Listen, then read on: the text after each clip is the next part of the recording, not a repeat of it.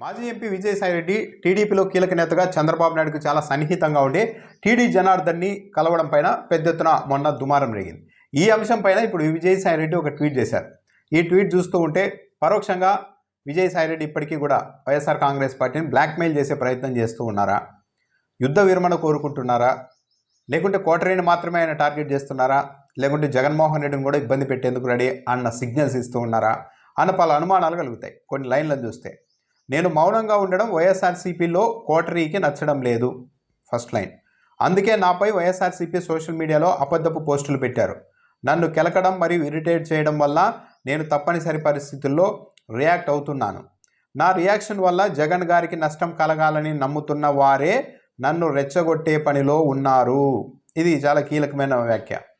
అంటే నన్ను రెచ్చగొట్టడం వల్ల జగన్మోహన్ రెడ్డికే ఇబ్బంది వస్తుంది, జాగ్రత్త అని డైరెక్ట్ చెప్పలేక నా రియాక్షన్ వల్ల జగన్ గారికే నష్టం కలగాలని నమ్ముతున్న వారే నన్ను రెచ్చగొట్టే పనిలో ఉన్నారు. ఎవరైనా కానీ జగన్మోహన్ రెడ్డి చుట్టూ ఉన్నవాళ్ళు జగన్కు నష్టం కలగాలి అని ఎందుకు కోరుకుంటారు? అదొక పాయింట్. అంటే ఈయన డైరెక్ట్గా నన్ను రెచ్చగొట్టద్దండి, రెచ్చగొడితే జగన్మోహన్ రెడ్డికి నష్టమని డైరెక్ట్గా పరోక్షంగా వార్నింగ్ ఇస్తున్నట్టుగా ఉంది.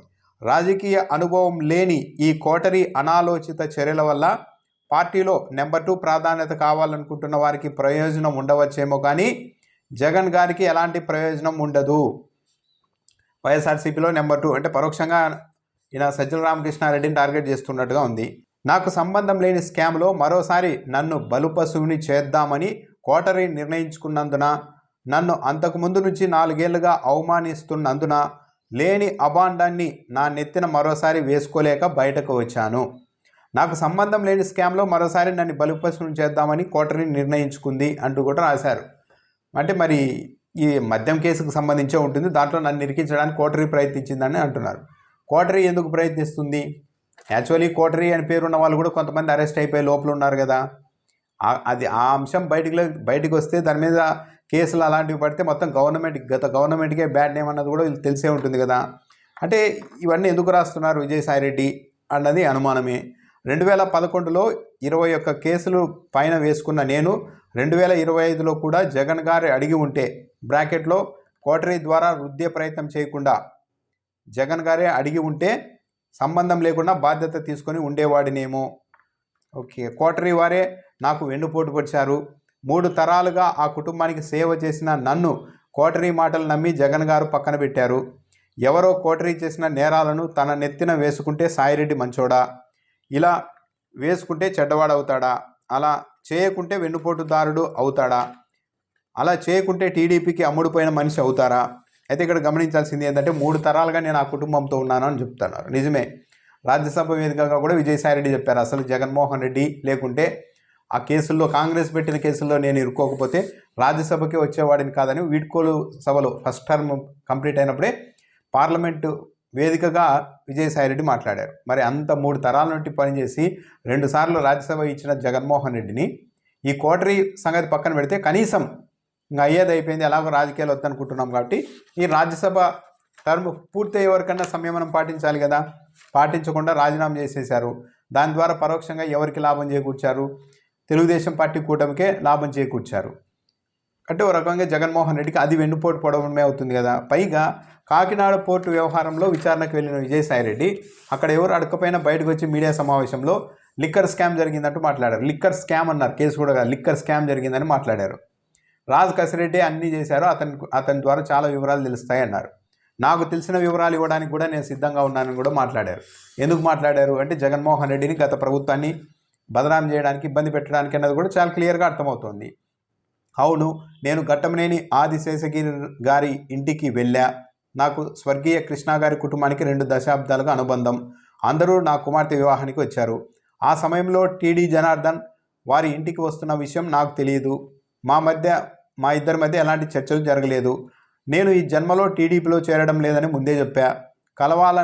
అనుకుంటే బహిరంగంగానే నారా లోకేష్ గారిని, చంద్రబాబు గారిని కలుస్తాను కానీ వేరే వాళ్ళతో ఎందుకు చర్చిస్తాను? వారు గతంలో రాజకీయ ప్రత్యర్థులు, ఇప్పుడు కాదు, ఎందుకంటే ఇప్పుడు నేను రాజకీయాల్లో లేను.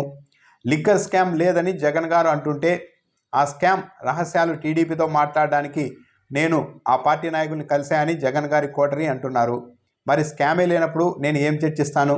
స్కామ్ గురించి సిట్టు విచారణలో A1 గురించి చెప్పానే కానీ వేరే ఎవరి గురించి ప్రస్తావించలేదు కదా. మళ్ళీ ఇక ఇది డ్యామేజ్, వైఎస్ఆర్సీపీకి డ్యామేజ్ చేసే లైన్. సిట్టు విచారణలో A1 గురించి మాత్రమే చెప్పాను కానీ మిగిలిన వాళ్ళ పేర్లు నేను చెప్పలేదు కదా అంటున్నారు, ప్రస్తావించలేదు కదా.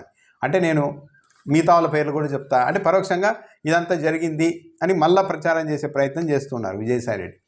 మొత్తం మీద ఏంటంటే విజయసాయిరెడ్డి చెబుతున్నది ఏంటంటే యుద్ధ విరమణ కాలంలో అంటున్నారు, నా జోలికి రావద్దండి, కానీ నా జోలికి వస్తే నన్ను గెలికితే జగన్మోహన్ రెడ్డికే ఇబ్బంది. అంటే ఒక విధంగా బ్లాక్మెయిల్. నాకు జగన్మోహన్ రెడ్డి గురించి చాలా 3 దశాబ్దాలుగా నమ్మారు కాబట్టి, 3 తరాలుగా ఆయన్ని దగ్గర పెట్టుకున్నారు కాబట్టి ఆయనకు చాలా విషయాలు తెలిసే ఉంటాయి.